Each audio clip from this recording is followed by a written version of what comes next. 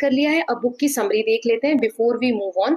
India का जो diverse climate है, इतने तरीके के क्लाइमेटिक फीचर्स हमें देखने को मिलते हैं। ये क्यों है? क्योंकि यहाँ की ज्योग्राफी, माउंटेन, डेजर्ट, प्लेटू, ये सब मिलकर क्लाइमेटिक कंडीशन इंडिया का क्रिएट करते हैं। वेदर क्या है? शॉर्ट टर्म फिनोमिना है। Seasons reoccurs on a yearly basis and climate reflect long term pattern over decades. 30 सालों का हमने देखा था एवरेज निकालते हैं, तब जाके कहीं का क्लाइमेट हम बता सकते हैं। फैक्टर्स जैसे कि latitude, altitude, proximity to sea, wind and topography, ये डिटरमाइन करते हैं कहीं का भी क्लाइमेट कैसा होगा। Monsoons are vital for agriculture. Agriculture के लिए मॉनसून बहुत इंपॉर्टेंट है। ये क्रॉप साइकिल जो होता है कहीं का, या लाइवलीहुड है, जीवन यापन करने के जो तरीके हैं, वो मॉनसून पे डिपेंड करते हैं। Climate is connected with cultural tradition. Climate जो है वो किससे कनेक्टेड है? कहीं का कल्चरल ट्रेडिशन कैसा है, फेस्टिवल, एग्रीकल्चर और इकोनॉमिक एक्टिविटी से। अंडरस्टैंडिंग द क्लाइमेट, क्लाइमेट को अगर हम अच्छे से समझ जाएं तो ये हेल्प करता है हमें प्रिपेयर करने के लिए नेचुरल डिजास्टर से, जैसे फ्लड, साइक्लोन्स।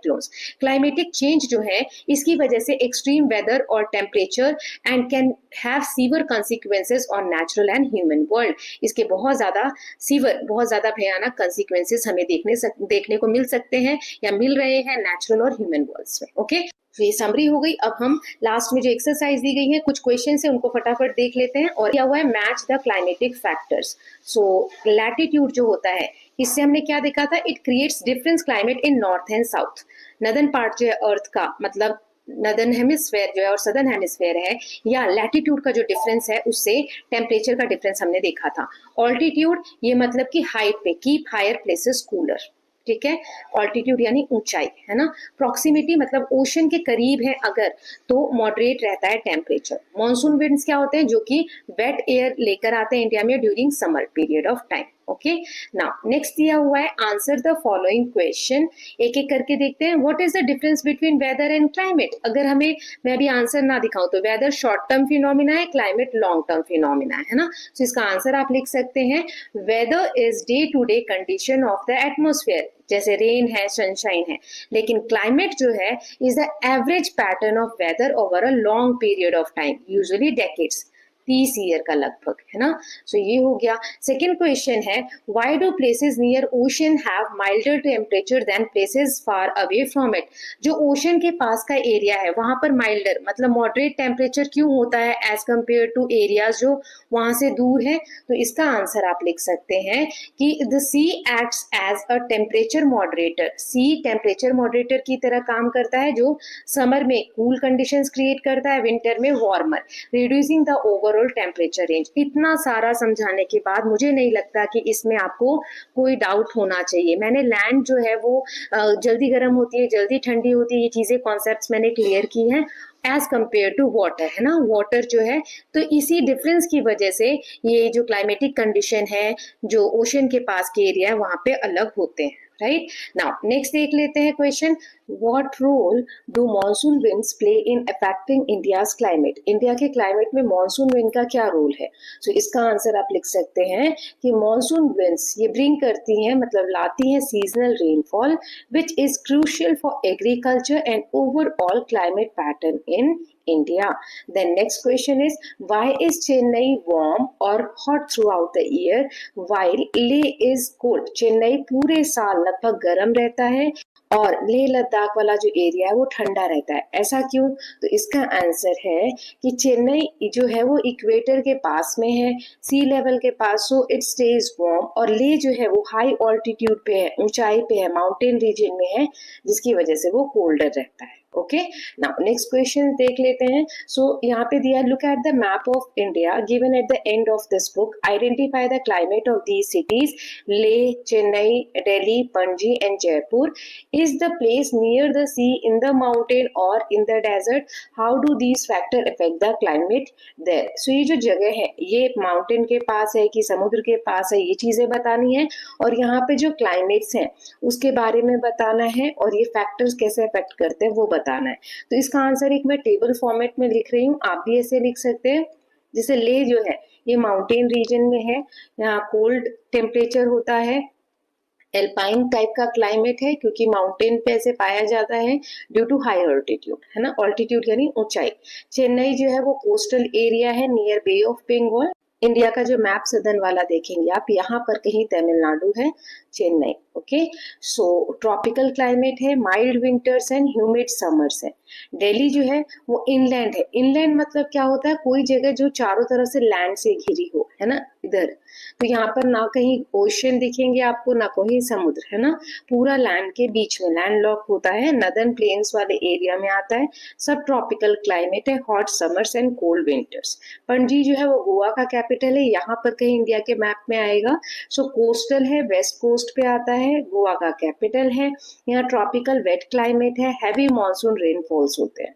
जयपुर जो है वो एरिड रीजन में है, नियर थार डेजर्ट, यहाँ पर कहीं, है ना, यहाँ कहीं आता है थार डेजर्ट, जो मैंने पढ़ाया भी था आपको। यहाँ पे हॉट और ड्राई एरिड क्लाइमेट है, एक्सट्रीम समर टेम्परेचर्स है। Now next question is, now next is draw the monsoon cycle. Monsoon cycle बनाना है समर और विंटर का हमें इंडिया के मैप पे, और बताना है कि विंड ब्लो कहाँ करती है, समर में या विंटर में, और डायरेक्शन बताना है। ठीक है, सो ये बहुत सिंपल है। आप ये जो बुक में मैप दिया हुआ है इसी तरीके से बनाने का ट्राई करेंगे। ये देखिए समर में, है ना, और मैंने खुद से भी इंडिया के मैप कई बार बनाए हैं, तो आप ऐसे ड्रॉ करके इस तरीके से एरोज दिखा देंगे कि साउथ वेस्ट मानसून होते हैं, डायरेक्शन की वजह से इसका नाम है, यहाँ से मॉइस्चर कैरी करके उसे हम बोलते हैं। ओके, सो इस तरीके से आप बना सकते हो। जो हमने मैप में बनाया उसको हम समराइज करके भी लिख सकते हैं। Summer south west monsoon, wind जो है वो साउथ वेस्ट डायरेक्शन से इंडियन ओशियन से नॉर्थ ईस्ट की तरफ ब्लो करती है, मॉइस्ट एयर अपने साथ लेकर आती है, हैवी रेन हो जाता है वेस्टर्न कोस्ट पे and most of the India.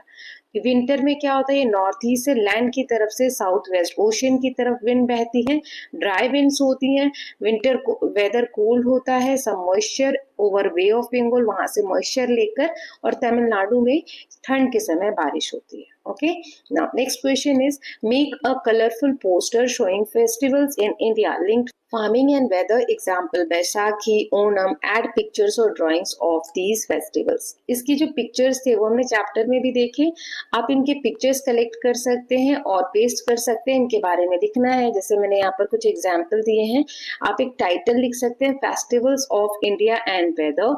Baisakhi के बारे में थोड़ा सा बता दिया, पंजाब में होता है ये हार्वेस्ट ऑफ वीट, वीट की जब फसल, वीट की फसल, गेहूं की फसल जब तैयार हो जाती है तो उस समय जब पौधों को काटते हैं तो उस समय बैसाखी मनाई जाती है। ओणम केरला में मनाया जाता है, पोस्ट मानसून हार्वेस्ट, जो मानसून सीजन है उसके बाद जो खेतों में फसल तैयार होती है उसको काटा जाता है, उस वक्त मनाया जाता है। पोंगल जो है तमिलनाडु में मनाया जाता है। Thanks giving for rain and crops, जो रेन मिली है, बारिश की वजह से जो किसान खेती कर पाते हैं, क्रॉप्स जो मिलती है, उसके लिए थैंक देते हैं नेचर को पोंगल फेस्टिवल के थ्रू। फिर लोहरी जो है वो नॉर्थ इंडिया में मनाई जाती है, विंटर हार्वेस्ट, ठंड के समय में जो फसल काटी जाती है उसके लिए, है ना। तो ये सारे फेस्टिवल जो है एग्रीकल्चर से रिलेटेड है, राइट, आप देख सकते हैं। इसकी इमेजेस आप कलेक्ट कर सकते हैं। Now next question is, imagine you are a farmer, आप एक किसान है इंडिया में, आपको एक शॉर्ट डायरी एंट्री लिखनी है, डायरी में एंट्री लिखनी है about how you would prepare for rainy season. Diary entry क्या होता है, जैसे आज डे है 15/6/2025, तो पहले ऐसे डेट लिख देंगे, फिर जो जो दिन में हुआ है या आप जो एंट्री करना चाहते हैं वो इस तरीके से लिख देंगे, है ना। सो इसी तरीके से एक डायरी एंट्री लिखनी है किसान के पर्सपेक्टिव से कि रेनी सीजन की तैयारी आपको कैसे करनी है। तो मैंने यहाँ पर एग्जांपल दिया, आप कुछ ऐसे लिख सकते हैं, बाकी आप अपने हिसाब से चेंज भी कर सकते हैं। जैसे जून 5 लिखा है, यहाँ डेट से कोई मैटर नहीं है, आप कोई भी डेट लिख सकते हैं, जिस दिन आप लिख रहे हैं उस दिन की डेट लिखेंगे। Okay, so sky looks heavy with clouds, I check the storage room. अब किसान क्या करेगा, देखा उसने बादलों में कि ऐसे बादल छाए हुए हैं, बारिश हो सकती है, तो उसने अपना स्टोरेज रूम देखा जहाँ पे सीड्स रखे हैं, बीज, खाद, है ना, ये सब रेडी है या नहीं। फिर खेतों को क्लीन किया गया, जो बंस वगैरह थे उनको फिक्स किया गया ताकि रेन वाटर को स्टोर किया जा सके, बारिश के पानी को। If monsoon comes on time, I sow paddy next week, paddy यानी धान की जो खेती होती है उसके बीज लगाएगा अगर मानसून सही समय पर आ गया तो। I also offered prayers at the temple, मंदिर में जाके पूजा की। Let the rains be kind this year, कि रेन जो है बारिश जो है काइंड हो, दयालु हो इस साल किसानों के लिए, अच्छे से फसल होने में, है ना। तो ऐसा कुछ आप लिख सकते हैं। नाउ नेक्स्ट दिया हुआ है आइडेंटिफाई अ नेचुरल डिजास्टर, कोई एक नेचुरल डिजास्टर आपको आइडेंटिफाई करना है, जैसे साइक्लोन, फ्लड, लैंडस्लाइड या फॉरेस्ट फायर। एक छोटा सा ऐसे आपको लिखना है निबंध, include the causes and impact, उसके क्या कॉजेज होंगे, क्या इम्पैक्ट होंगे वो बताना है। And suggest action that individuals, communities and the government can take to reduce the impact, क्या एक्शंस आप ले सकते हैं, स्टेप्स आप ले सकते हैं ताकि इसके जो इम्पैक्ट है नेचुरल डिजास्टर के वो रिड्यूस हो सके। रिड्यूस होना मतलब कम हो सके। ओके चलिए आगे देख लेते हैं। मैंने इसको एग्जाम्पल फॉर्म में लिखा हुआ है, आप ऐसा कुछ लिख सकते हैं। साइक्लोन्स के बारे में मैंने यहाँ पर लिखा है ना, हमें किसी एक के बारे में लिखना था, इसके मैंने कॉजेज लिखे, इम्पैक्ट लिखा, प्रिवेंशन यानी हम इससे कैसे बच सकते हैं, अभी जो रिड्यूस वाला पार्ट था ना कि कैसे इसके इम्पैक्ट को हम कम कर सकते हैं वो वाला। ठीक, so cyclones are intense wind system that forms over warm ocean water when low pressure pulls in moist air, है ना। बीच में लो प्रेशर रहता है और ये अपनी तरफ हाई प्रेशर सारे उसको ऐसे अट्रैक्ट करता है और मॉइस्ट एयर लेकर एक ऐसा स्पाइरल सा फीचर क्रिएट होता है। The wind spiral and cause heavy rain and flooding. Cyclone क्या करते हैं, डैमेज करते हैं होम्स को, पेड़ों को उखाड़ देते हैं, क्रॉप्स को डिस्ट्रॉय करते हैं। They affect the economy and people's life. तो इसके हम इम्पैक्ट को कम कैसे कर सकते हैं, पहला है individuals can stay informed and follow safety warning, हमें जानकारी लेते रहनी चाहिए, न्यूज वगैरह में दिखाते तो हमें पता होना चाहिए, सेफ्टी वार्निंग्स को फॉलो करना चाहिए। Community should have shelters and emergency kits, सभी कम्युनिटी के पास शेल्टर्स होने चाहिए, इमरजेंसी किट्स होने चाहिए कि कहीं पर कुछ हो रहा है तो हम उसमें सर्वाइव कर सकें। Then governments must improve early warning system and relief efforts. Okay, government को इम्प्रूव करने चाहिए कि अर्ली वार्निंग सिस्टम पहले से हम पता लगा सके इन डिजास्टर्स के बारे में। ओके